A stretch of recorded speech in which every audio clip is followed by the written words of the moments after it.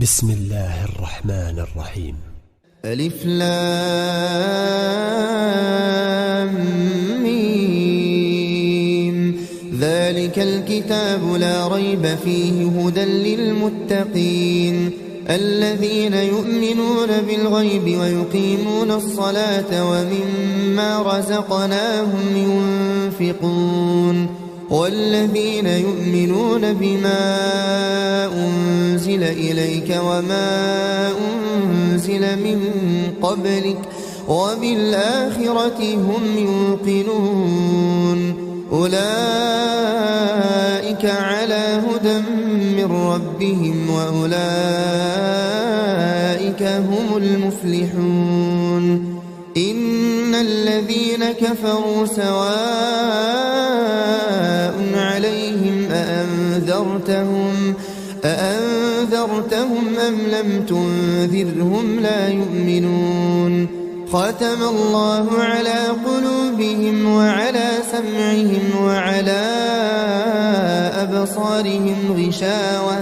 ولهم عذاب عظيم. ومن الناس من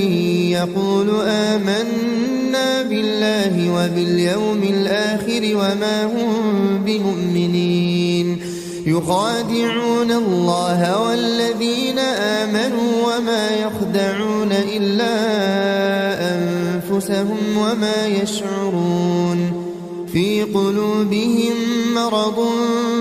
فزادهم الله مرضا ولهم عذاب أليم بما كانوا يكذبون. وإذا قيل لهم لا تفسدوا في الأرض قالوا إنما نحن مصلحون ألا إنهم هم المفسدون ولكن لا يشعرون. وإذا قيل لهم آمنوا كما آمن الناس قالوا أنؤمن كما آمن السفهاء ألا إنهم هم السفهاء ولكن لا يعلمون. وإذا لقوا الذين آمنوا قالوا آمنا وإذا خلوا إلى شياطينهم قالوا إنا معكم إنما نحن مستهزئون. الله يستهزئ بهم ويمدهم في طغيانهم يعمهون. أولئك الذين اشتروا الضلالة بالهدى فما ربحت تجارتهم وما كانوا مهتدين. مثلهم كمثل الذي استوقد نارا فلما أضاءت ما حوله ذهب الله بنورهم وتركهم في ظلمات لا يبصرون. صم بكم عمي فهم لا يرجعون. أو كصيب من السماء فيه ظلمات ورعد وبرق يجعلون أصابعهم في آذانهم من الصواعق حذر الموت والله محيط بالكافرين. يكاد البرق يخطف أبصارهم كلما أضاء لهم مشوا فيه وإذا أظلم عليهم قاموا ولو شاء الله لذهب بسمعهم وأبصارهم إن الله على كل شيء قدير. يا أيها الناس اعبدوا ربكم الذي خلقكم والذين من قبلكم لعلكم تتقون. الذي جعل لكم الأرض فراشا والسماء بناء وأنزل من السماء ماء فأخرج به من الثمرات رزقا لكم فلا تجعلوا لله أندادا وأنتم تعلمون وإن كنتم في ريب مما نزلنا على عبدنا فأتوا بسورة من مثله وادعوا شهداءكم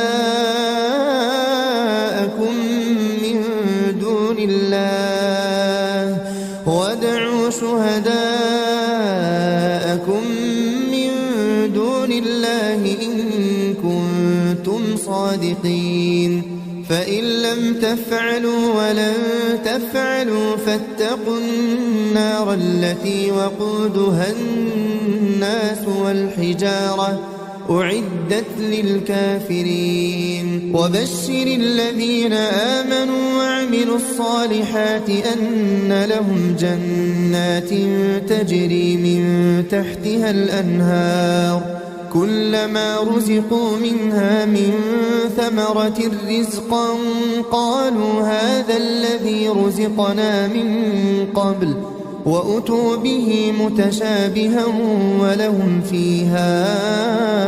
أزواج مطهرة وهم فيها خالدون إن الله لا يستحيي أن يضرب مثلا ما بعوضة فما فوقها فأما الذين آمنوا فيعلمون أنه الحق من ربهم وأما الذين كفروا فيقولون ماذا أراد الله بهذا مثلا يضل به كثيرا ويهدي به كثيرا وما يضل به إلا الفاسقين الذين ينقضون عهد الله من بعد ميثاقه ويقطعون ما أمر الله به أن يوصل ويفسدون في الأرض أولئك هم الخاسرون كيف تكفرون بالله وكنتم أمواتا فأحياكم ثم يميتكم ثم يحييكم ثم إليه ترجعون هو الذي خلق لكم ما في الأرض جميعا ثم استوى إلى السماء فسواهن 7 سماوات وهو بكل شيء عليم وإذ قال ربك للملائكة إني جاعل في الأرض خليفة قالوا أتجعل فيها من يفسد فيها ويسفك الدماء ونحن نسبح بحمدك ونقدس لك قال إني أعلم ما لا تعلمون وعلم آدم الأسماء كلها ثم عرضهم على الملائكة فقال أنبئوني بأسماء هؤلاء إن كنتم صادقين قالوا سبحانك لا علم لنا إلا ما علمتنا إنك أنت العليم الحكيم قال يا آدم أنبئهم بأسمائهم فلما أنبأهم بأسمائهم قال ألم أقل لكم إني أعلم غيب السماوات والأرض وأعلم ما تبدون وما كنتم تكتمون وإذ قلنا للملائكة اسجدوا لآدم فسجدوا إلا إبليس أبى واستكبر وكان من الكافرين وقلنا يا آدم اسكن أنت وزوجك الجنة وكلا منها رغدا حيث شئتما ولا تقربا هذه الشجرة فتكونا من الظالمين فأزلهما الشيطان عنها فأخرجهما مما كانا فيه وقلنا اهبطوا بعضكم لبعض عدو ولكم في الأرض مستقر ومتاع إلى حين فتلقى آدم من ربه كلمات فتاب عليه إنه هو التواب الرحيم قلنا اهبطوا منها جميعا فإما يأتينكم مني هدى فمن تبع هداي فلا خوف عليهم ولا هم يحزنون والذين كفروا وكذبوا بآياتنا أولئك أصحاب النار هم فيها خالدون يا بني إسرائيل اذكروا نعمتي التي أنعمت عليكم وأوفوا بعهدي أوف بعهدكم وإياي فارهبون وآمنوا بما أنزلت مصدقا لما معكم ولا تكونوا أول كافر به ولا تشتروا بآياتي ثمنا قليلا وإياي فاتقون ولا تلبسوا الحق بالباطل وتكتموا الحق وأنتم تعلمون وأقيموا الصلاة وآتوا الزكاة واركعوا مع الراكعين أتأمرون الناس بالبر وتنسون أنفسكم وأنتم تتلون الكتاب أفلا تعقلون واستعينوا بالصبر والصلاة وإنها لكبيرة إلا على الخاشعين الذين يظنون أنهم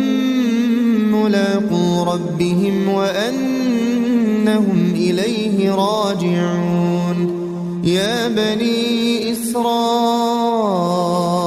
اذكروا نعمتي التي أنعمت عليكم وأني فضلتكم على العالمين واتقوا يوما لا تجزي نفس عن نفس شيئا ولا يقبل منها شفاعة ولا يؤخذ منها عدل ولا هم ينصرون وإذ نجيناكم من آل فرعون يسومونكم سوء العذاب يذبحون أبناءكم ويستحيون نساءكم وفي ذلكم بلاء من ربكم عظيم وإذ فرقنا بكم البحر فأنجيناكم وأغرقنا آل فرعون وأنتم تنظرون وإذ واعدنا موسى 40 ليلة ثم اتخذتم العجل من بعده وأنتم ظالمون ثم عفونا عنكم من بعد ذلك لعلكم تشكرون وإذ آتينا موسى الكتاب والفرقان لعلكم تهتدون وإذ قال موسى لقومه يا قوم إنكم ظلمتم أنفسكم باتخاذكم العجل فتوبوا إلى بارئكم فاقتلوا أنفسكم ذلكم خير لكم عند بارئكم فتاب عليكم إنه هو التواب الرحيم وإذ قلتم يا موسى لن نؤمن لك حتى نرى الله جهرة فأخذتكم الصاعقة وأنتم تنظرون ثم بعثناكم من بعد موتكم لعلكم تشكرون وظللنا عليكم الغمام وأنزلنا عليكم المن والسلوى كلوا من طيبات ما رزقناكم وما ظلمونا ولكن كانوا أنفسهم يظلمون وإذ قلنا ادخلوا هذه القرية فكلوا منها حيث شئتم رغدا وادخلوا الباب سجدا وقولوا حطة نغفر لكم خطاياكم وسنزيد المحسنين فبدل الذين ظلموا قولا غير الذي قيل لهم فأنزلنا على الذين ظلموا رجزا من السماء بما كانوا يفسقون وإذ استسقى موسى لقومه فقلنا اضرب بعصاك الحجر فانفجرت منه 12 عينا قد علم كل أناس مشربهم كلوا واشربوا من رزق الله ولا تعثوا في الأرض مفسدين وإذ قلتم يا موسى لن نصبر على طعام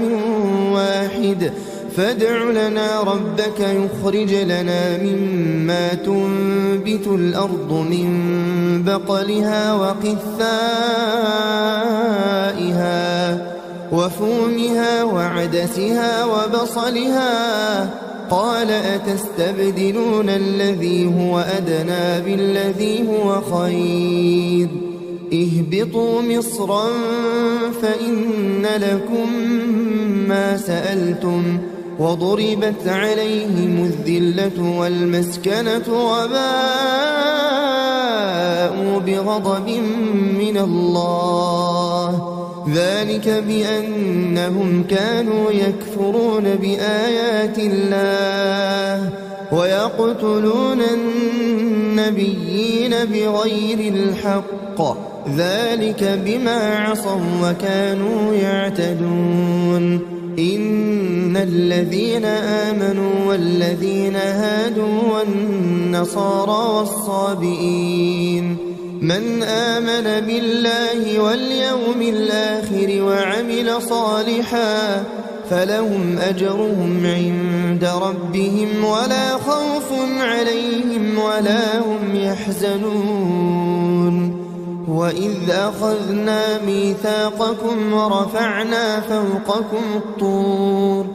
خذوا ما آتيناكم بقوة واذكروا ما فيه لعلكم تتقون ثم توليتم من بعد ذلك فلولا فضل الله عليكم ورحمته لكنتم من الخاسرين ولقد علمتم الذين اعتدوا منكم في السبت فقلنا لهم كونوا قردة خاسئين فجعلناها نكالا نكالا لما بين يديها وما خلفها وموعظة للمتقين. وإذ قال موسى لقومه إن الله يأمركم أن تذبحوا بقرة قالوا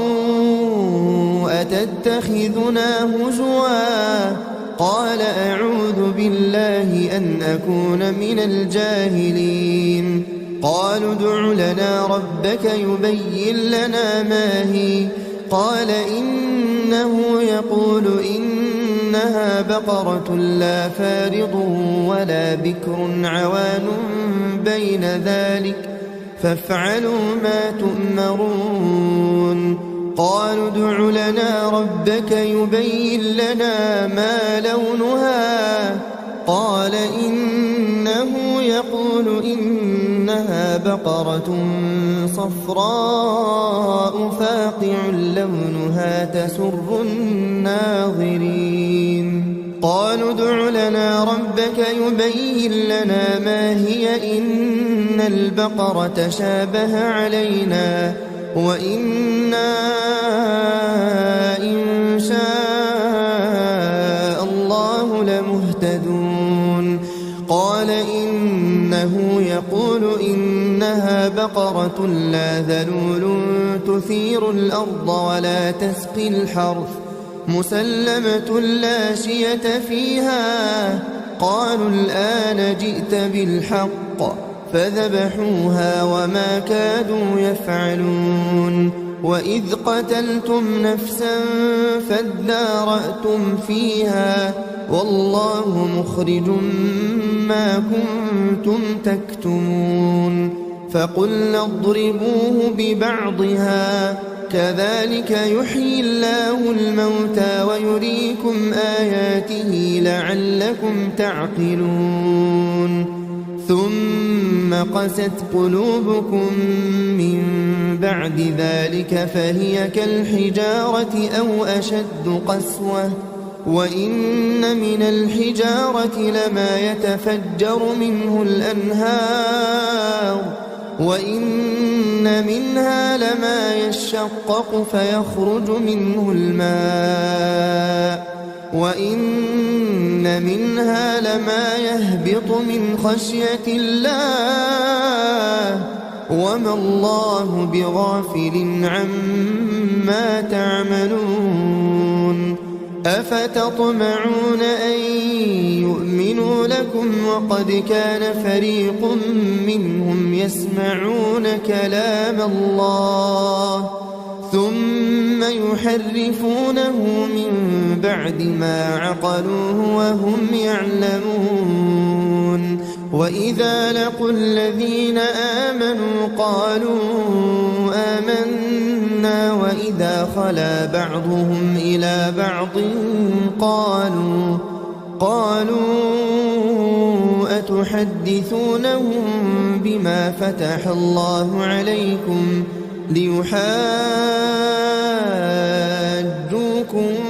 به عند ربكم أفلا تعقلون. أولا يعلمون أن الله يعلم ما يسرون وما يعلنون. ومنهم أميون لا يعلمون الكتاب إلا أماني وإن هم إلا يظنون. فويل للذين يكتبون الكتاب بأيديهم ثم يقولون هذا من عند الله ليشتروا به ثمنا قليلا فويل لهم مما كتبت أيديهم وويل لهم مما يكسبون. وقالوا لن تمسنا النار إلا أياما معدودة قل أتخذتم عند الله عهدا فلن يخلف الله عهده أم تقولون على الله ما لا تعلمون. بلى من كسب سيئة وأحاطت به خطيئته فأولئك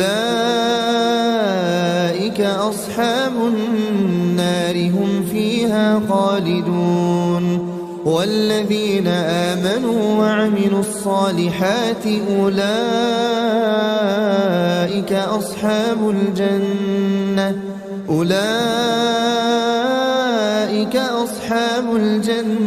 هم فيها خالدون وإذ أخذنا ميثاق بني إسرائيل لا تعبدون إلا الله وبالوالدين إحسانا وذي القربى واليتامى والمساكين وقولوا للناس حسنا وأقيموا الصلاة وآتوا الزكاة ثم توليتم إلا قليلا منكم وأنتم معرضون وإذ أخذنا ميثاقكم لا تسفكون دماءكم ولا تخرجون أنفسكم من دياركم ثم أقررتم وأنتم تشهدون ثم أنتم هؤلاء تقتلون أنفسكم وتخرجون فريقا منكم من ديارهم تظاهرون عليهم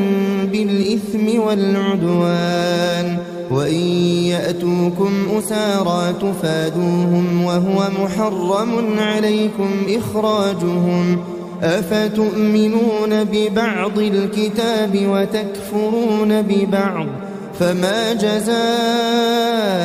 من يفعل ذلك منكم إلا خزي في الحياة الدنيا ويوم القيامة يردون إلى أشد العذاب وما الله بغافل عما تعملون أولئك الذين اشتروا الحياة الدنيا بالآخرة فلا يخفف عنهم العذاب ولا هم ينصرون ولقد آتينا موسى الكتاب وقفينا من بعده بالرسل وآتينا عيسى ابن مريم البينات وأيدناه بروح القدس أفكلما جاءكم رسول بما لا تهوى أنفسكم استكبرتم ففريقا كذبتم وفريقا تقتلون وقالوا قلوبنا غلف بل لعنهم الله بكفرهم فقليلا ما يؤمنون ولما جاءهم كتاب من عند الله مصدق لما معهم وكانوا من قبل يستفتحون على الذين كفروا فلما جاءهم ما عرفوا كفروا به فلعنة الله على الكافرين بئس ما اشتروا به أنفسهم أن يكفروا بما أنزل الله بغيا أن ينزل الله من فضله على من يشاء من عباده فباءوا بغضب على غضب وللكافرين عذاب مهين وإذا قيل لهم آمنوا بما أنزل الله قالوا نؤمن بما أنزل علينا ويكفرون بما وراءه وهو الحق مصدقا لما معهم قل فلم تقتلون أنبياء الله من قبل إن كنتم كنتم مؤمنين. ولقد جاءكم موسى بالبينات ثم اتخذتم العجل من بعده وأنتم ظالمون. وإذ أخذنا ميثاقكم ورفعنا فوقكم الطور خذوا ما آتيناكم بقوة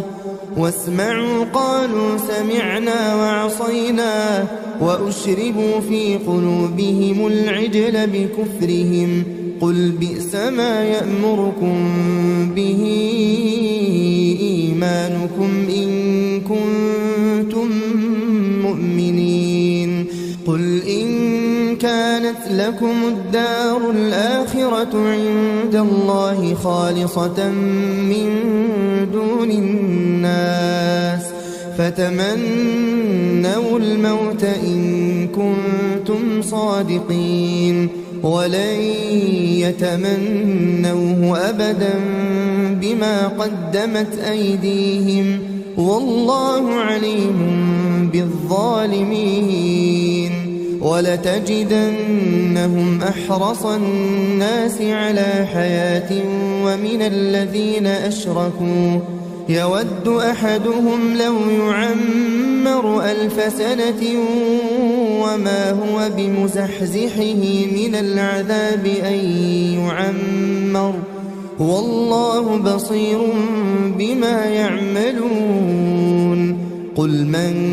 كان عدوا لجبريل فإنه نزله على قلبك بإذن الله مصدقا لما بين يديه وهدى وبشرى للمؤمنين. من كان عدوا لله وملائكته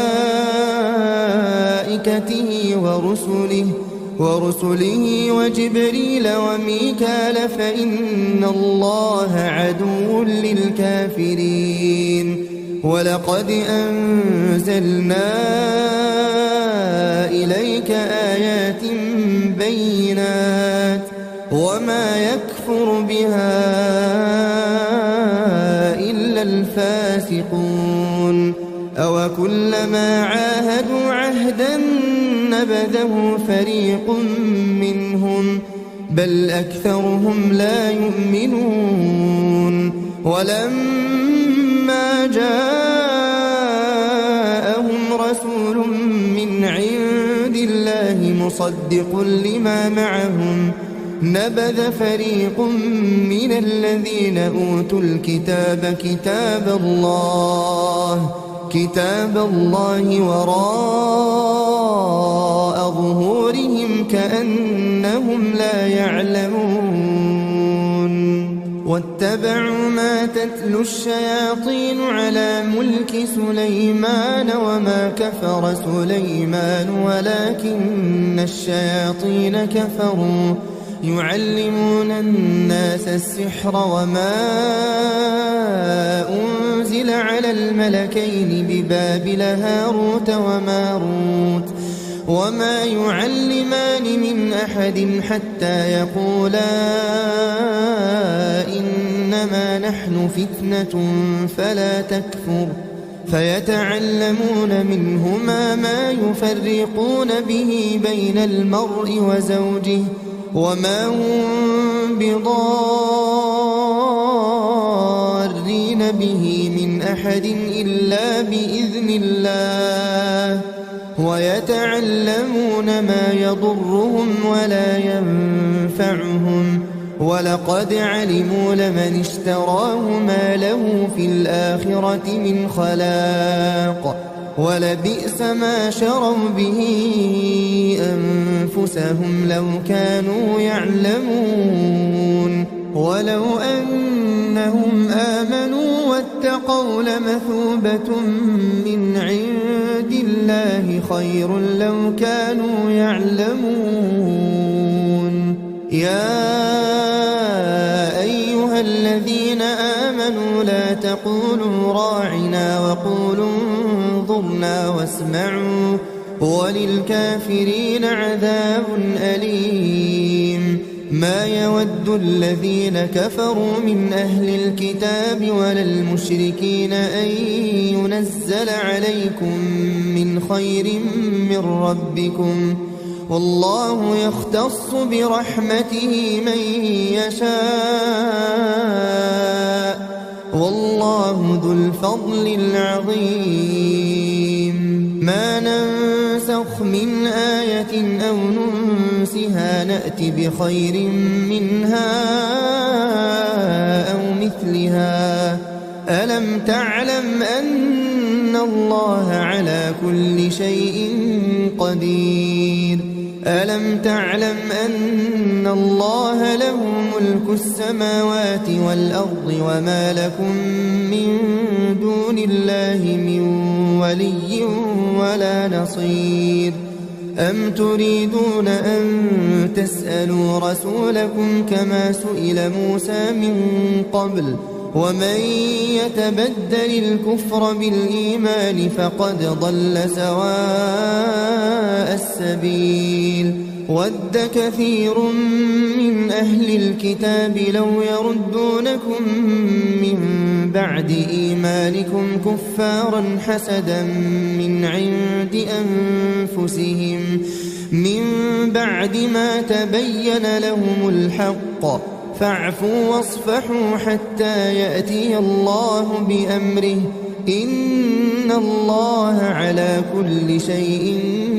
قدير وأقيموا الصلاة وآتوا الزكاة وما تقدموا لأنفسكم من خير تجدوه عند الله إن الله بما تعملون بصير وقالوا لن يدخل الجنة إلا من كان هودا أو نصارى تلك أمانيهم قل هاتوا برهانكم إن كنتم صادقين بلى من أسلم وجهه لله وهو محسن فله أجره عند ربه ولا خوف عليهم ولا هم يحزنون وقالت اليهود ليست النصارى على شيء وقالت النصارى ليست اليهود على شيء وهم يتلون الكتاب كذلك قال الذين لا يعلمون مثل قولهم فالله يحكم بينهم يوم القيامة فيما كانوا فيه يختلفون ومن أظلم ممن منع مساجد الله أن يذكر فيها اسمه وسعى في خرابها أولئك ما كان لهم أن يدخلوها إلا خائفين لهم في الدنيا خزي ولهم في الآخرة عذاب عظيم ولله المشرق والمغرب فأينما تولوا فثم وجه الله إن الله واسع عليم وقالوا اتخذ الله ولدا سبحانه بل له ما في السماوات والأرض كل له قانتون بديع السماوات والأرض وإذا قضى أمرا فإنما يقول له كن فيكون وقال الذين لا يعلمون لولا يكلمنا الله أو تأتينا آية كذلك قال الذين من قبلهم مثل قولهم تشابهت قلوبهم قد بينا الآيات لقوم يوقنون إنا أرسلناك بالحق بشيرا ونذيرا ولا تسأل عن أصحاب الجحيم ولن ترضى عنك اليهود ولا النصارى حتى تتبع ملتهم قل إن هدى الله هو الهدى ولئن اتبعت أهواءهم بعد الذي جاءك من العلم ما لك من الله من ولي ولا نصير الذين آتيناهم الكتاب يتلونه حق تلاوته أولئك يؤمنون به ومن يكفر به فأولئك هم الخاسرون يا بني إسرائيل اذكروا نعمتي التي أنعمت عليكم وأني فضلتكم على العالمين واتقوا يوما لا تجزي نفس عن نفس شيئا ولا يقبل منها عدل ولا تنفعها شفاعة ولا هم ينصرون وإذ ابتلى إبراهيم ربه بكلمات فأتمهن قال إني جاعلك للناس إماما قال ومن ذريتي قال لا ينال عهد الظالمين وإذ جعلنا البيت مثابة للناس وأمنا واتخذوا من مقام إبراهيم مصلى وعهدنا إلى إبراهيم وإسماعيل أن طهرا بيتي للطائفين والعاكفين والركع السجود وإذ قال إبراهيم رب اجعل هذا بلدا آمنا وارزق أهله من الثمرات من آمن منهم بالله واليوم الآخر قال ومن كفر فأمتعه قليلا ثم أضطره إلى عذاب النار وبئس المصير وإذ يرفع إبراهيم القواعد من البيت وإسماعيل ربنا تقبل منا إنك أنت السميع العليم ربنا واجعلنا مسلمين لك ومن ذريتنا أمة مسلمة لك وأرنا مناسكنا وتب علينا إنك أنت التواب الرحيم ربنا وابعث فيهم رسولا منهم يتلو عليهم آياتك ويعلمهم الكتاب والحكمة ويزكيهم إنك أنت العزيز الحكيم ومن يرغب عن ملة إبراهيم إلا من سفه نفسه ولقد اصطفيناه في الدنيا وإنه في الآخرة لمن الصالحين إذ قال له ربه أسلم قال أسلمت لرب العالمين ووصى بها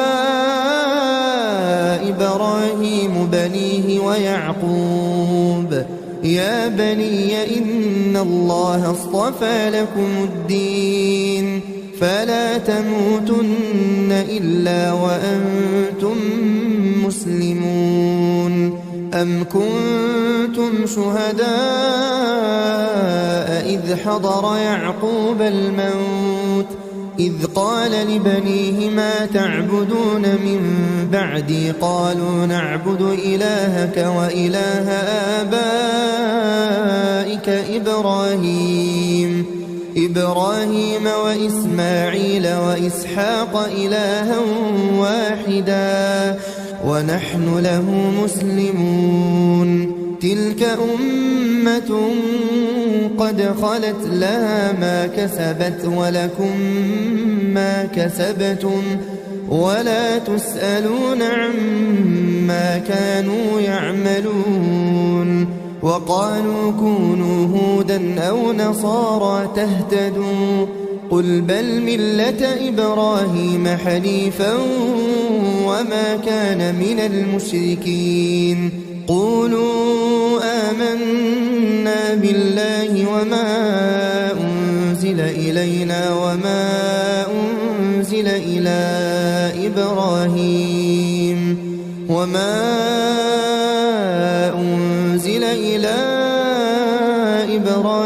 وإسماعيل وإسحاق ويعقوب والأسباط وما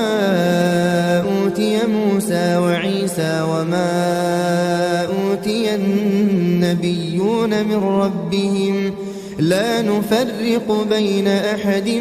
منهم ونحن له مسلمون فإن آمنوا بمثل ما آمنتم به فقد اهتدوا وإن تولوا فإنما هم في شقاق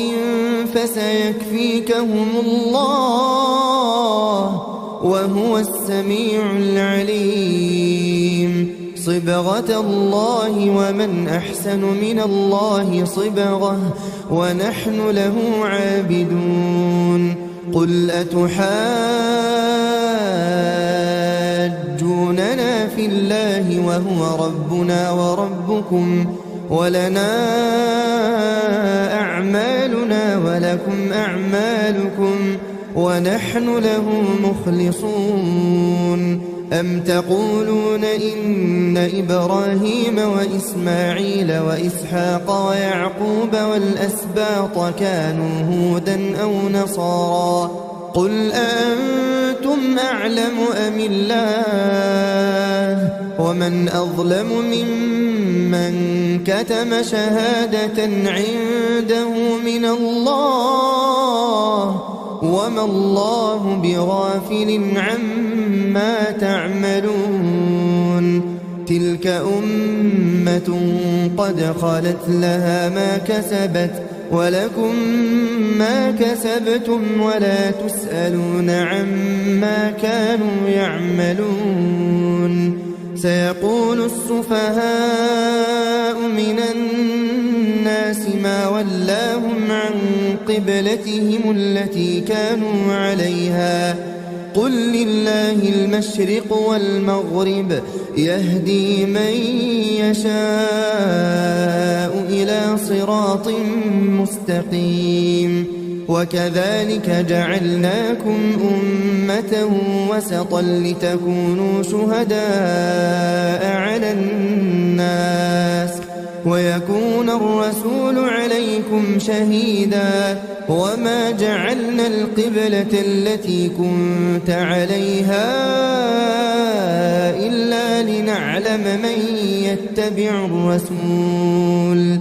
إلا لنعلم من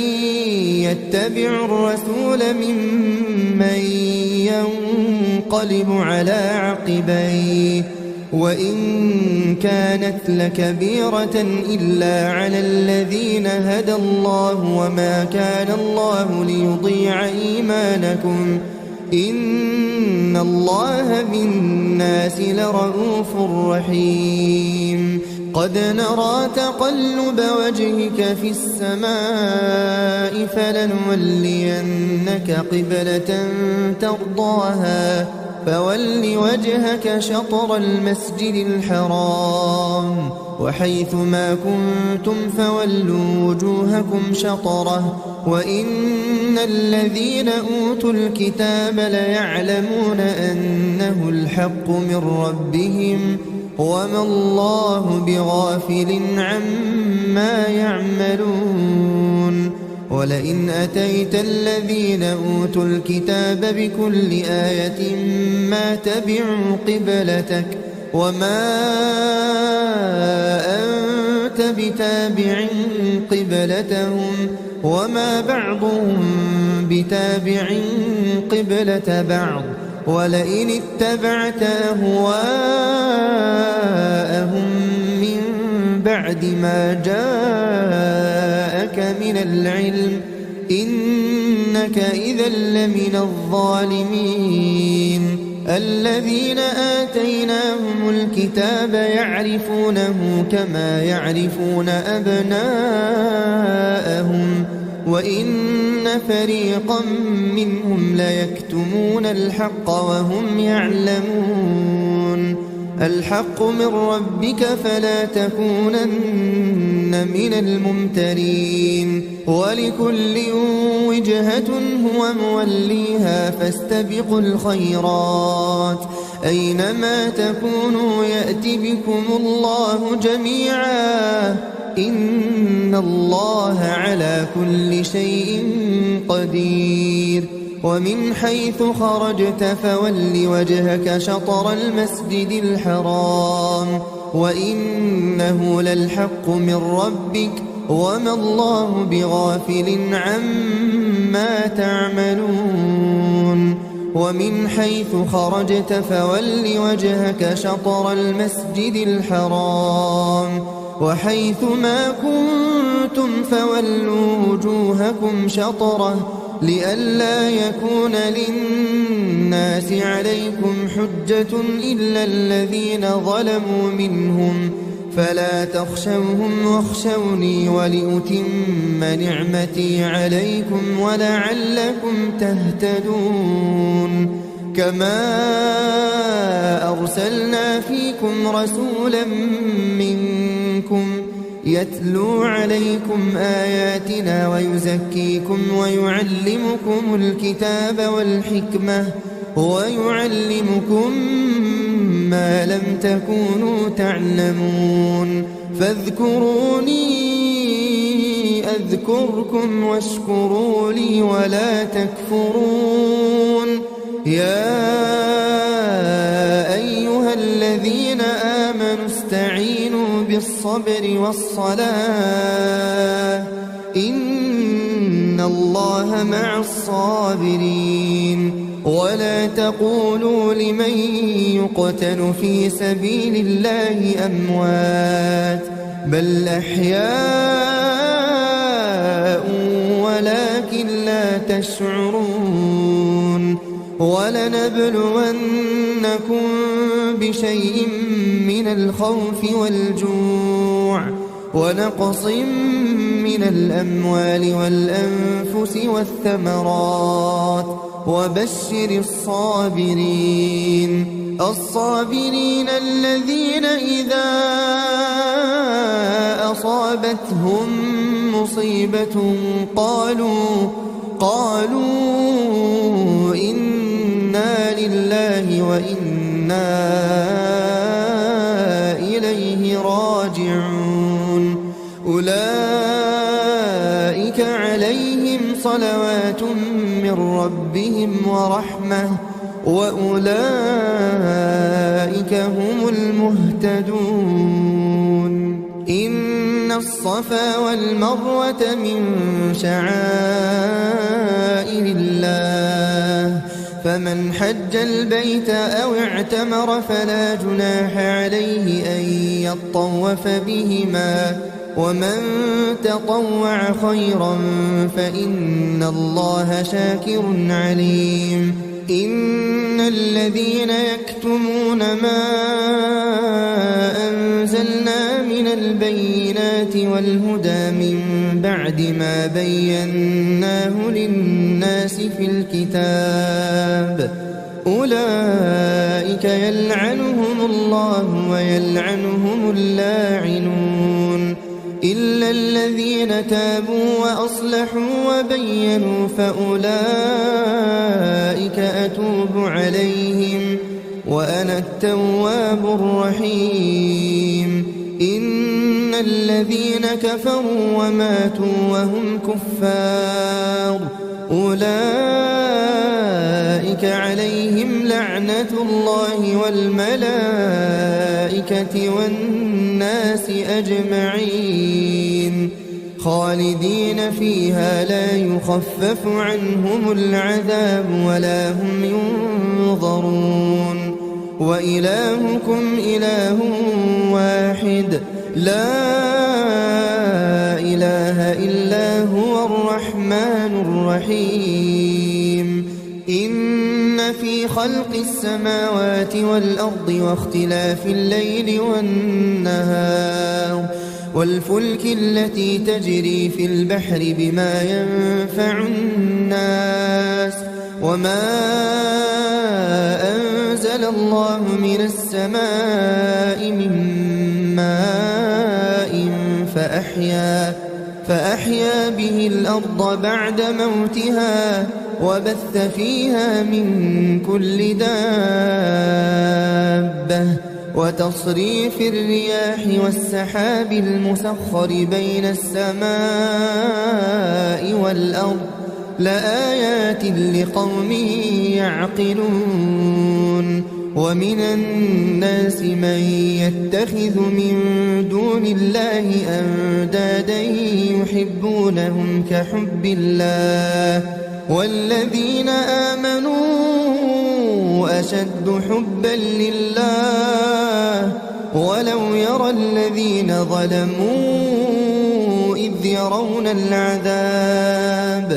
إذ يرون العذاب أن القوة لله جميعا وأن الله شديد العذاب إذ تبرأ الذين اتبعوا من الذين اتبعوا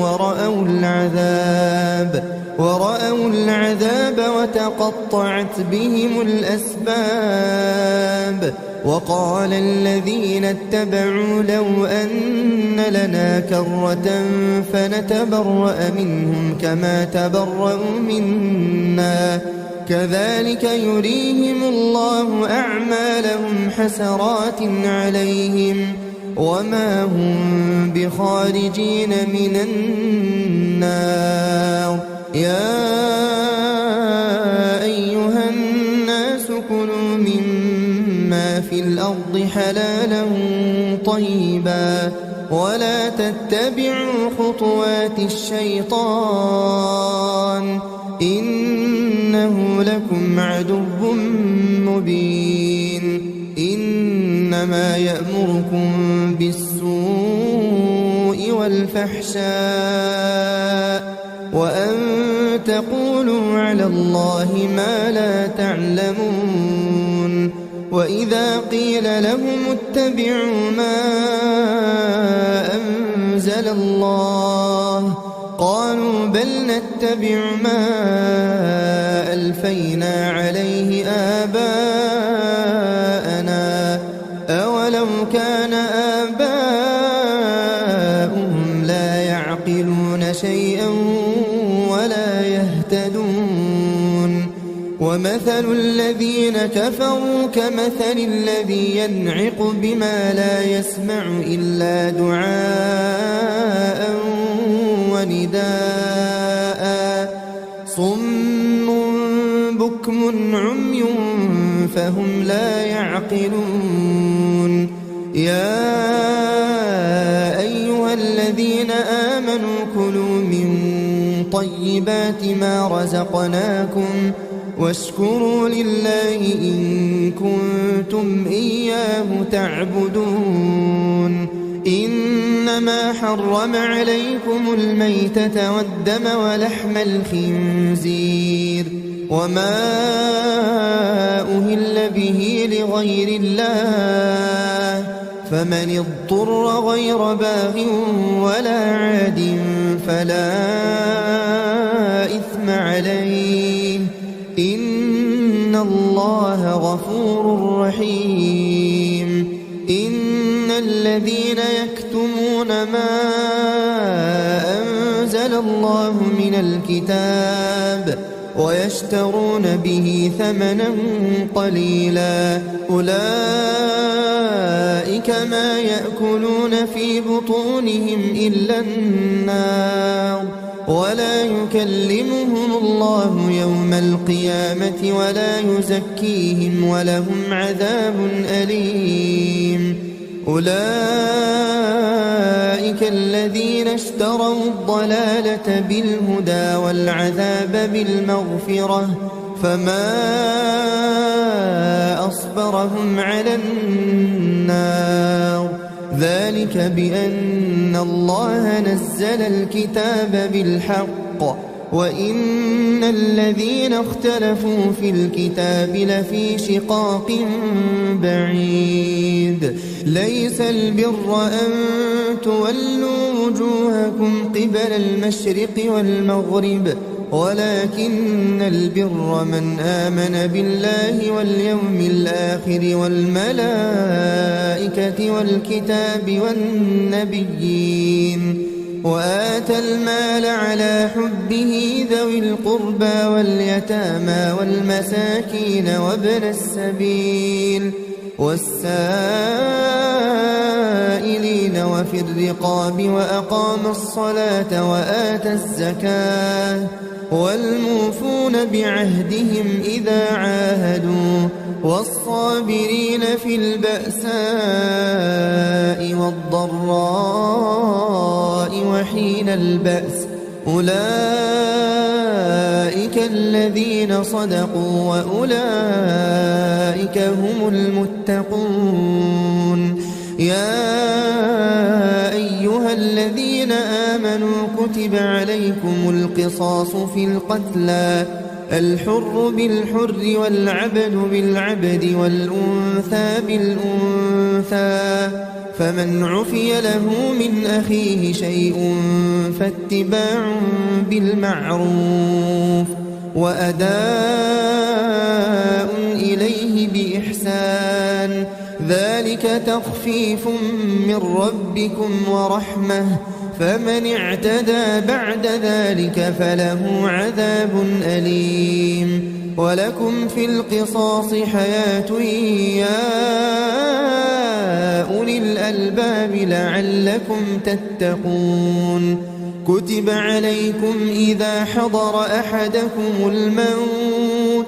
إن ترك خيرا الوصية للوالدين والأقربين بالمعروف حقا على المتقين فمن بدله بعدما سمعه فإنما إثمه على الذين يبدلونه إن الله سميع عليم فمن خاف من موص جنفا أو إثما فأصلح بينهم فلا إثم عليه إن الله غفور رحيم يا أيها الذين آمنوا كتب عليكم الصيام كما كتب على الذين من قبلكم لعلكم تتقون أياما معدودات فمن كان منكم مريضا أو على سفر فعدة من أيام أخر وعلى الذين يطيقونه فدية طعام مسكين فمن تطوع خيرا فهو خير له وأن تصوموا خير لكم إن كنتم تعلمون شهر رمضان الذي أنزل فيه القرآن هدى للناس وبينات من الهدى والفرقان فمن شهد منكم الشهر فليصمه ومن كان مريضا أو على سفر فعدة من أيام أخر يريد الله بكم اليسر ولا يريد بكم العسر ولتكملوا العدة ولتكبروا الله على ما هداكم ولعلكم تشكرون وإذا سألك عبادي عني فإني قريب أجيب دعوة الداع إذا دعان فليستجيبوا لي وليؤمنوا بي لعلهم يرشدون أحل لكم ليلة الصيام الرفث إلى نسائكم هن لباس لكم وأنتم لباس لهن علم الله أنكم كنتم تختانون أنفسكم فتاب عليكم وعفى عنكم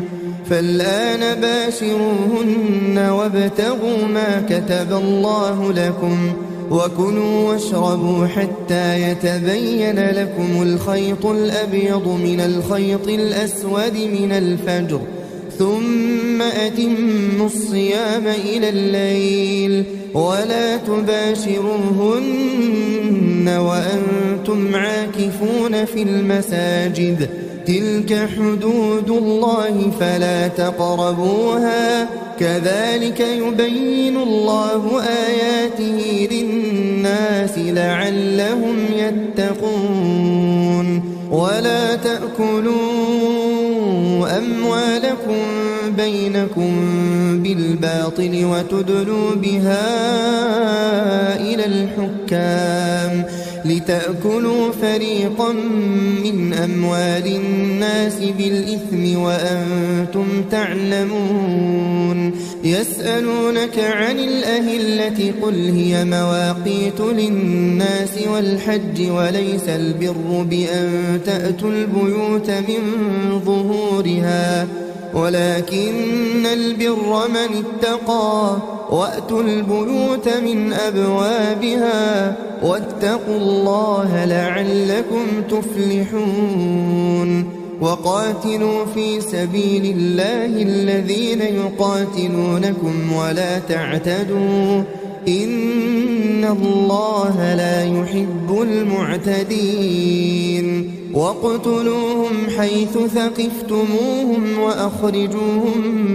من حيث أخرجوكم والفتنة أشد من القتل ولا تقاتلوهم عند المسجد الحرام حتى يقاتلوكم فيه فإن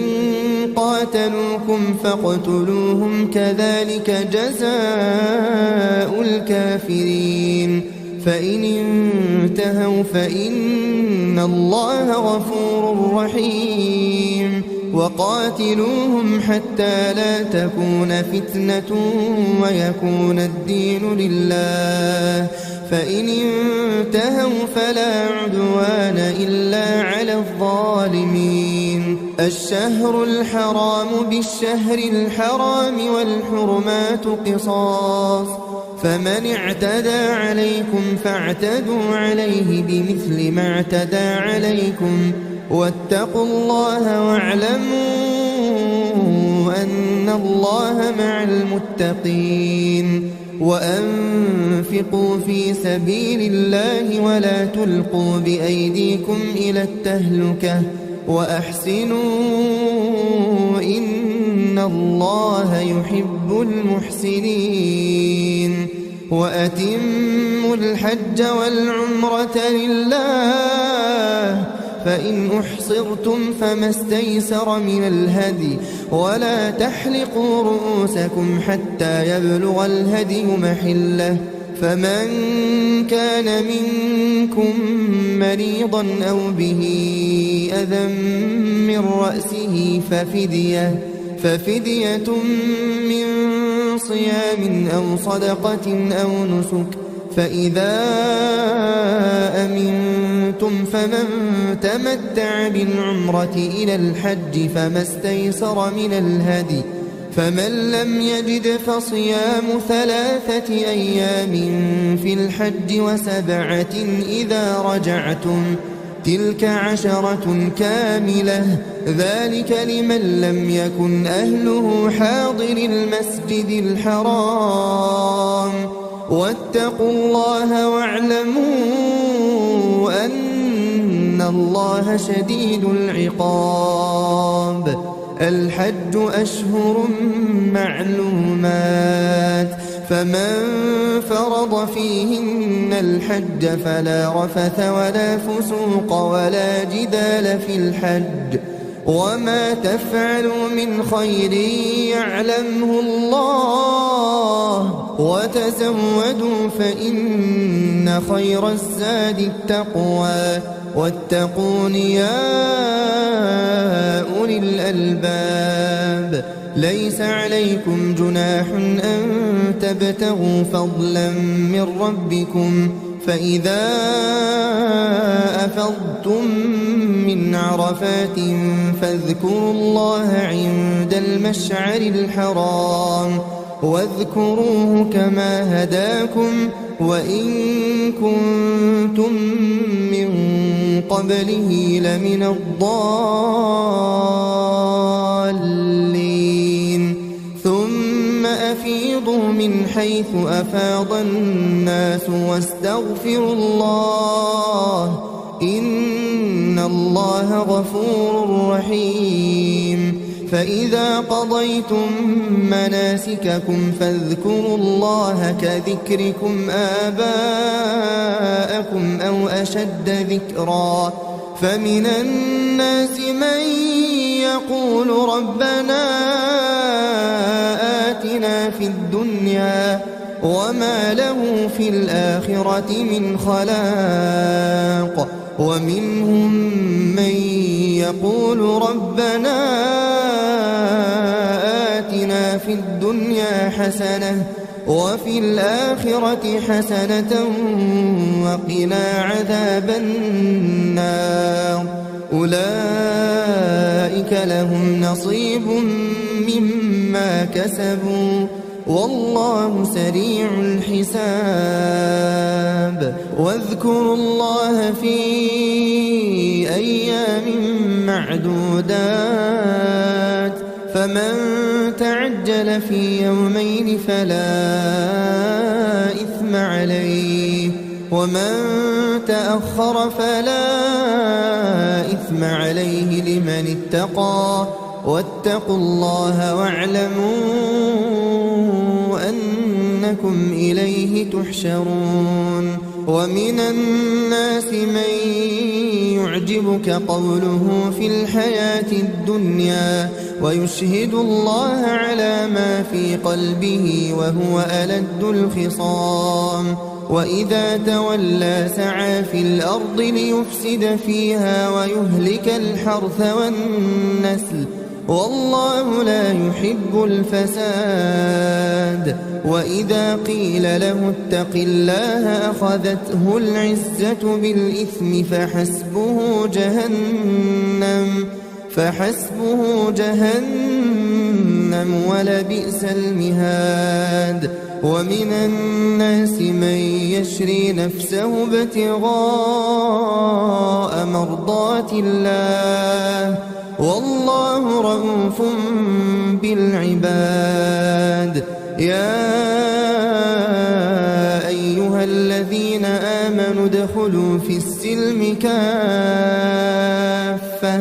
ولا تتبعوا خطوات الشيطان إنه لكم عدو مبين. فإن زللتم من بعد ما جاءتكم البينات فاعلموا أن الله عزيز حكيم. هل ينظرون إلا أن يأتيهم الله في ظلل من الغمام والملائكة وقضي الأمر وإلى الله ترجع الأمور. سل بني إسرائيل كم آتيناهم من آية بينة ومن يبدل نعمة الله من بعد ما جاءته فإن الله شديد العقاب. زين للذين كفروا الحياة الدنيا ويسخرون من الذين آمنوا والذين اتقوا فوقهم يوم القيامة والله يرزق من يشاء بغير حساب. كان الناس أمة واحدة فبعث الله النبيين مبشرين ومنذرين وأنزل معهم الكتاب بالحق ليحكم بين الناس فيما اختلفوا فيه وما اختلف فيه إلا الذين أوتوه من بعد ما جاءتهم البينات بغيا بينهم فهدى الله الذين آمنوا لما اختلفوا فيه من الحق بإذنه والله يهدي من يشاء إلى صراط مستقيم. أم حسبتم أن تدخلوا الجنة ولما يأتكم مثل الذين خلوا من قبلكم مستهم البأساء والضراء وزلزلوا حتى يقول الرسول والذين آمنوا معه متى نصر الله ألا إن نصر الله قريب. يسألونك ماذا ينفقون قل ما أنفقتم من خير فللوالدين والأقربين واليتامى والمساكين وابن السبيل وما تفعلوا من خير فإن الله به عليم. كتب عليكم القتال وهو كره لكم وعسى أن تكرهوا شيئا وهو خير لكم وعسى أن تحبوا شيئا وهو شر لكم والله يعلم وأنتم لا تعلمون. يسألونك عن الشهر الحرام قتال فيه قل قتال فيه كبير وصد عن سبيل الله وكفر به والمسجد الحرام وإخراج أهله منه أكبر عند الله والفتنة أكبر من القتل ولا يزالون يقاتلونكم حتى يردوكم عن دينكم إن استطاعوا ومن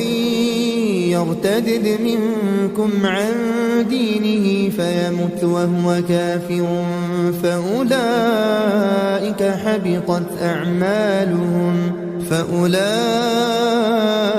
حبطت أعمالهم في الدنيا والآخرة وأولئك أصحاب النار هم فيها خالدون. إن الذين آمنوا والذين هاجروا وجاهدوا في سبيل الله أولئك يرجون رحمة الله والله غفور رحيم. يسألونك عن الخمر والميسر قل فيهما إثم كبير ومنافع للناس وإثمهما أكبر من نفعهما ويسألونك ماذا ينفقون قل العفو كذلك يبين الله لكم الآيات لعلكم تتفكرون في الدنيا والآخرة. ويسألونك عن اليتامى قل إصلاح لهم خير وإن تخالطوهم فإخوانكم والله يعلم المفسد من المصلح ولو شاء الله لأعنتكم إن إن الله عزيز حكيم. ولا تنكحوا المشركات حتى يؤمنوا، ولأمة مؤمنة خير من مشركة ولو أعجبتكم. ولا تنكحوا المشركين حتى يؤمنوا، ولعبد مؤمن خير من مشرك ولو أعجبكم. أولئك يدعون إلى النار والله يدعو إلى الجنة والمغفرة بإذنه، ويبين آياته للناس لعلهم يتذكرون. ويسألونك عن المحيض قل هو أذى فاعتزلوا النساء في المحيض ولا تقربوهن حتى يطهرن، فإذا تطهرن فأتوهن من حيث أمركم الله، إن الله يحب التوابين ويحب المتطهرين. نساؤكم حرث لكم فأتوا حرثكم أنى شئتم، وقدموا لأنفسكم واتقوا الله واعلموا أنكم ملاقوه وبشر المؤمنين. ولا تجعلوا الله عرضة لأيمانكم أن تبروا وتتقوا وتصلحوا بين الناس والله سميع عليم. لا يؤاخذكم الله باللغو في أيمانكم ولكن يؤاخذكم بما كسبت قلوبكم والله غفور حليم. للذين يؤلون من نسائهم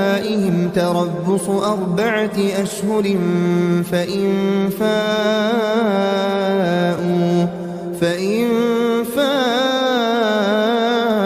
فإن الله غفور رحيم. وإن عزموا الطلاق فإن الله سميع عليم. والمطلقات يتربصن بأنفسهن 3 قروء، ولا يحل لهن أن يكتمن ما خلق الله في أرحامهن إن كن يؤمن بالله واليوم الآخر، وبعولتهن أحق بردهن في ذلك إن أرادوا إصلاحا، ولهن مثل الذي عليهن بالمعروف، وللرجال عليهن درجة، والله عزيز حكيم. الطلاق 2 فإمساك بمعروف أو تسريح بإحسان. ولا يحل لكم أن تأخذوا مما آتيتموهن شيئا إلا أن يخافا ألا يقيما حدود الله، فإن خفتم ألا يقيما حدود الله فلا جناح عليهما فيما افتدت به، تلك حدود الله فلا تعتدوها، ومن يتعد حدود الله فأولئك هم الظالمون. فإن طلقها فلا تحل له من بعد حتى تنكح زوجا غيره، فإن طلقها فلا جناح عليهما أن يتراجعا إن ظنا أن يقيما حدود الله، وتلك حدود الله يبينها لقوم يعلمون. وإذا طلقتم النساء فبلغن أجلهن فأمسكوهن بمعروف أو سرحوهن بمعروف ولا تمسكوهن ضرارا لتعتدوا ومن يفعل ذلك فقد ظلم نفسه ولا تتخذوا آيات الله هزوا واذكروا نعمة الله عليكم وما أنزل عليكم من الكتاب والحكمة يعظكم به واتقوا الله واعلموا أن الله بكل شيء عليم وإذا طلقتم النساء فبلغن أجلهن فلا تعضلوهن أن ينكحن أزواجهن إذا تراضوا بينهم بالمعروف ذلك يوعظ به من كان منكم يؤمن بالله واليوم الآخر ذلكم أزكى لكم وأطهر والله يعلم وأنتم لا تعلمون والوالدات يرضعن أولادهن حولين كاملين لمن أراد أن يتم الرضاعة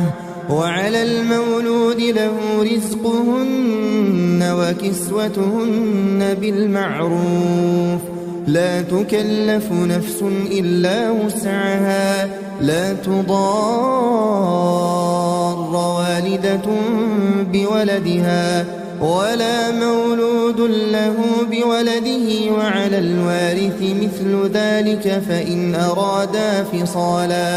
فإن أرادا فصالا عن تراض منهما وتشاور فلا جناح عليهما وإن أردتم أن تسترضعوا أولادكم فلا جناح عليكم إذا سلمتم ما آتيتم بالمعروف واتقوا الله واعلموا أن الله بما تعملون بصير والذين يتوفون منكم ويذرون أزواجا يتربصن بأنفسهن 4 أشهر وعشرا فإذا بلغن أجلهن فلا جناح عليكم فيما فعلن في أنفسهن بالمعروف والله بما تعملون خبير ولا جناح عليكم فيما عرضتم به من خطبة النساء أو أكننتم في أنفسكم علم الله أنكم ستذكرونهن ولكن لا تواعدوهن سرا إلا أن تقولوا قولا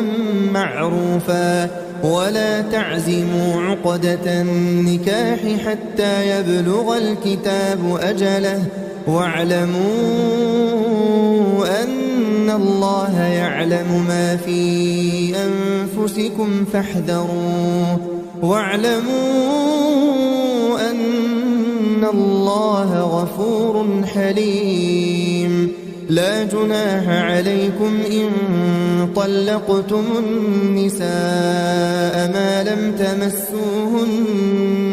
ما لم تمسوهن أو تفرضوا لهن فريضة ومتعوهن على الموسع قدره وعلى المقتر قدره متاعا بالمعروف حقا على المحسنين وإن طلقتموهن من قبل أن تمسوهن وقد فرضتم لهن فريضة فنصف ما فرضتم إلا أن يعفون أو يعفو الذي بيده عقدة النكاح وأن تعفوا أقرب للتقوى ولا تنسوا الفضل بينكم إن الله بما تعملون بصير حافظوا على الصلوات والصلاة الوسطى وقوموا لله قانتين فإن خفتم فرجالا أو ركبانا فإذا أمنتم فاذكروا الله كما علمكم ما لم تكونوا تعلمون والذين يتوفون منكم ويذرون أزواجا وصية لأزواجهم متاعا إلى الحول غير إخراج فإن خرجن فلا جناح عليكم فيما فعلن في أنفسهن من معروف والله عزيز حكيم وللمطلقات متاع بالمعروف حقا على المتقين كذلك يبين الله لكم آياته لعلكم تعقلون ألم تر إلى الذين خرجوا من ديارهم وهم ألوف حذر الموت فقال لهم الله موتوا ثم أحياهم إن الله لذو فضل على الناس ولكن أكثر الناس لا يشكرون وقاتلوا في سبيل الله واعلموا أن الله سميع عليم من ذا الذي يقرض الله قرضا حسنا فيضاعفه له أضعافا كثيرة والله يقبض ويبسط وإليه ترجعون ألم تر إلى الملأ من بني إسرائيل من بعد موسى إذ قالوا لنبي لهم ابعث لنا ملكا نقاتل في سبيل الله قال هل عسيتم إن كتب عليكم القتال ألا تقاتلوا قالوا وما لنا ألا نقاتل في سبيل الله وقد أخرجنا من ديارنا وأبنائنا فلما كتب عليهم القتال تولوا إلا قليلا منهم والله عليم بالظالمين وقال لهم نبيهم إن الله قد بعث لكم طالوت ملكا قالوا أنى يكون له الملك علينا ونحن أحق بالملك منه ولم يؤت سعة من المال قال إن الله اصطفاه عليكم وزاده بسطة في العلم والجسم والله يؤتي ملكه من يشاء والله واسع عليم وقال لهم نبيهم إن آية ملكه أن يأتيكم التابوت فيه سكينة من ربكم وبقية مما ترك آل موسى وآل هارون تحمله الملائكة إن في ذلك لآية لكم إن كنتم مؤمنين فلما فصل طالوت بالجنود قال إن الله مبتليكم بنهر فمن شرب منه فليس مني ومن لم يطعمه فإنه مني إلا من اغترف غرفة بيده فشربوا منه إلا قليلا منهم فلما جاوزه هو والذين آمنوا معه قالوا لا طاقة لنا اليوم بجالوت وجنوده قال الذين يظنون أنهم ملاقو الله كم من فئة قليلة غلبت فئة كثيرة بإذن الله والله مع الصابرين. ولما برزوا لجالوت وجنوده قالوا ربنا أفرغ علينا صبرا وثبت أقدامنا وانصرنا على القوم الكافرين فهزموهم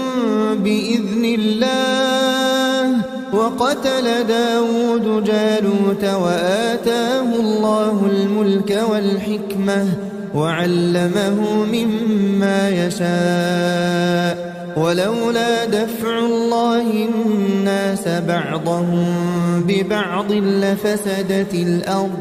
ولكن الله ذو فضل على العالمين. تلك آيات الله نتلوها عليك بالحق وإنك لمن المرسلين. تلك الرسل فضلنا بعضهم على بعض منهم من كلم الله ورفع بعضهم درجات وآتينا عيسى ابن مريم البينات وأيدناه بروح القدس ولو شاء الله ما اقتتل الذين من بعدهم من بعد ما جاءتهم البينات ولكن اختلفوا فمنهم من آمن ومنهم من كفر ولو شاء الله ما اقتتلوا ولكن الله يفعل ما يريد. يا أيها الذين آمنوا أنفقوا مما رزقناكم من قبل أن يأتي يوم لا بيع فيه ولا خلة ولا شفاعة والكافرون هم الظالمون. الله لا إله إلا هو الحي القيوم لا تأخذه سنة ولا نوم له ما في السماوات وما في الأرض من ذا الذي يشفع عنده إلا بإذنه يعلم ما بين أيديهم وما خلفهم ولا يحيطون بشيء من علمه إلا بما شاء وسع كرسيه السماوات والأرض ولا يؤوده حفظهما وهو العلي العظيم. لا إكراه في الدين قد تبين الرشد من الغي فمن يكفر بالطاغوت ويؤمن بالله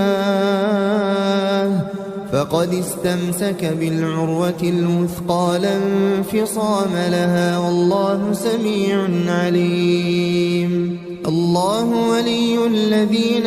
آمنوا يخرجهم من الظلمات إلى النور والذين كفروا أولياء أتباعهم الطاغوت يخرجونهم من النور إلى الظلمات أولئك أصحاب النار هم فيها خالدون ألم تر إلى الذي حاج إبراهيم في ربه أن آتاه الله الملك إذ قال إبراهيم ربي الذي يحيي ويميت قال أنا أحيي وأميت قال إبراهيم فإن الله يأتي بالشمس من المشرق فأت بها من المغرب فبهت الذي كفر والله لا يهدي القوم الظالمين أو كالذي مر على قرية وهي خاوية على عروشها قال أنى يحيي هذه الله بعد موتها فأماته الله 100 عام ثم بعثه قال كم لبثت قال لبثت يوما أو بعض يوم قال بل لبثت 100 عام فانظر إلى طعامك وشرابك لم يتسنه وانظر إلى حمارك ولنجعلك آية للناس وانظر إلى العظام كيف ننشزها ثم نكسوها لحما فلما تبين له قال أعلم أن الله على كل شيء قدير وإذ قال إبراهيم رب أرني كيف تحيي الموتى قال أولم تؤمن قال بلى ولكن ليطمئن قلبي قال فخذ 4 من الطير فصرهن إليك ثم اجعل على كل جبل منهن جزءا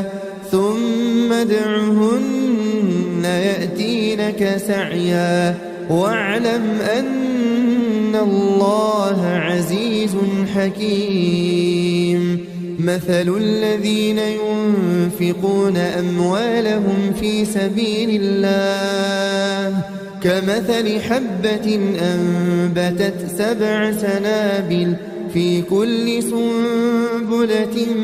100 حبة والله يضاعف لمن يشاء والله واسع عليم الذين ينفقون أموالهم في سبيل الله ثم لا يتبعون ما أنفقوا منا ولا أذى لهم أجرهم عند ربهم ولا خوف عليهم ولا هم يحزنون قول معروف ومغفرة خير من صدقة يتبعها أذى والله غني حليم يا أيها الذين آمنوا لا تبطلوا صدقاتكم بالمن والأذى كالذي ينفق ماله رئاء الناس ولا يؤمن بالله واليوم الآخر فمثله كمثل صفوان عليه تراب فأصابه وابل فتركه صلدا لا يقدرون على شيء مما كسبوا والله لا يهدي القوم الكافرين ومثل الذين ينفقون أموالهم ابتغاء مرضات الله وتثبيتا من أنفسهم كمثل جنة بربوة أصابها وابل فآتت أكلها ضعفين فإن لم يصبها وابل فطل والله بما تعملون بصير أيود أحدكم أن تكون له جنة من نخيل وأعناب تجري من تحتها الأنهار له فيها من كل الثمرات وأصابه الكبر وله ذرية ضعفاء فأصابها إعصار فيه نار فاحترقت كذلك يبين الله لكم الآيات لعلكم تتفكرون يا أيها الذين آمنوا أنفقوا من طيبات ما كسبتم ومما أخرجنا لكم من الأرض ولا تيمموا الخبيث منه تنفقون ولستم بآخذيه إلا أن تغمضوا فيه واعلموا أن الله غني حميد الشيطان يعدكم الفقر ويأمركم بالفحشاء والله يعدكم مغفرة منه وفضلا والله واسع عليم يؤتي الحكمة من يشاء ومن يؤت الحكمة فقد أوتي خيرا كثيرا وما يذكر إلا أولو الألباب وما أنفقتم من نفقة أو نذرتم من نذر فإن الله يعلمه وما للظالمين من أنصار إن تبدوا الصدقات فنعما هي وإن تخفوها وتؤتوها الفقراء فهو خير لكم ويكفر عنكم من سيئاتكم والله بما تعملون خبير ليس عليك هداهم ولكن الله يهدي من يشاء وما تنفقوا من خير فلأنفسكم وما تنفقون إلا ابتغاء وجه الله وما تنفقوا من خير يوفى إليكم وأنتم لا تظلمون للفقراء الذين أحصروا في سبيل الله لا يستطيعون ضربا في الأرض يحسبهم الجاهل أغنياء من التعفف تعرفهم بسيماهم لا يسألون الناس إلحافا وما تنفقوا من خير فإن الله به عليم الذين ينفقون أموالهم بالليل والنهار سرا وعلانية فلهم أجرهم عند ربهم ولا خوف عليهم ولا هم يحزنون الذين يأكلون الربا لا يقومون إلا كما يقوم الذي يتخبطه الشيطان من المس ذلك بأنهم قالوا إنما البيع مثل الربا وأحل الله البيع وحرم الربا فمن جاء موعظة من ربه فانتهى فله ما سلف وأمره إلى الله ومن عاد فأولئك أصحاب النار هم فيها خالدون يمحق الله الربا ويربي الصدقات والله لا يحب كل كفار أثيم إن الذين آمنوا وعملوا الصالحات وأقاموا الصلاة وآتوا الزكاة لهم أجرهم عند ربهم ولا خوف عليهم ولا هم يحزنون يا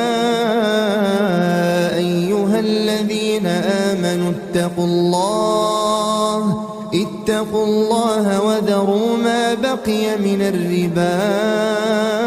إن كنتم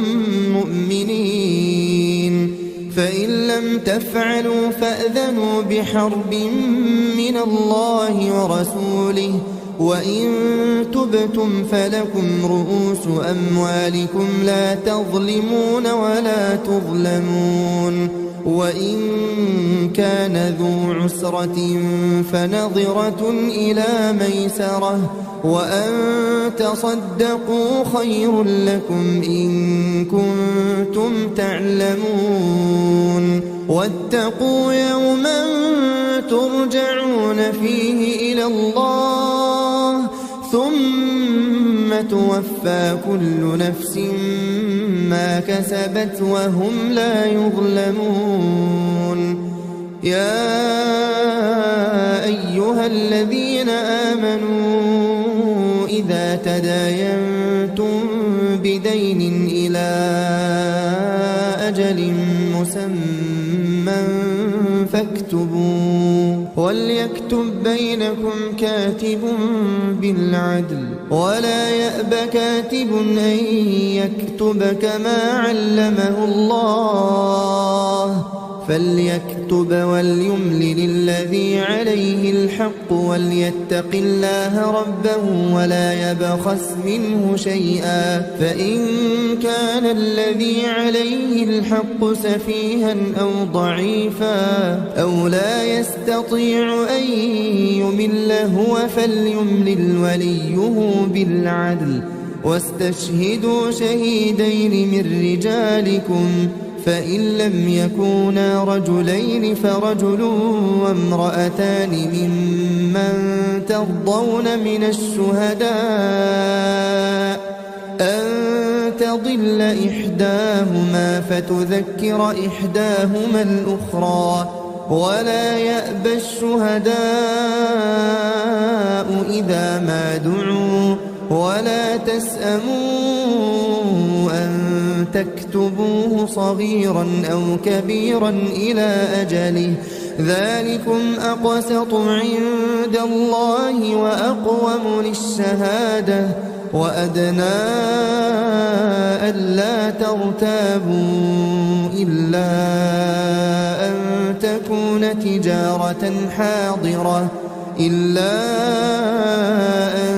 تكون تجارة حاضرة تديرونها بينكم فليس عليكم جناح ألا تكتبوها وأشهدوا إذا تبايعتم ولا يضار كاتب